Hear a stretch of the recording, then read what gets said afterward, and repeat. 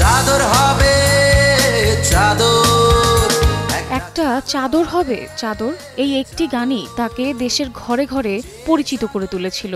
৯০ দশকের জনপ্রিয় সঙ্গীত শিল্পী জেমস সুমন শুক্রবার বিকেলে মারা গেছেন।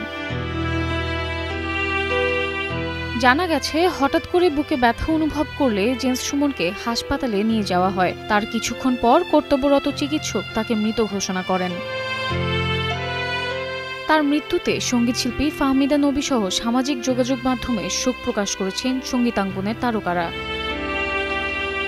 প্রসঙ্গত ১৯৯৭ সালে তার প্রথম একক অ্যালবাম আশীর্বাদ প্রকাশের পর একে একে প্রকাশ পেয়েছে আকাশ কেঁদেছে, অতিথি, আশাবাদী, একটা চাদর হবে, আয়তরায়, চেরির মতো উল্লেখযোগ্য অ্যালবাম। আসমান জমিন এক হয়ে যাক তোমার রূপের মোহে। Samiha Majumdar, Star News. নীল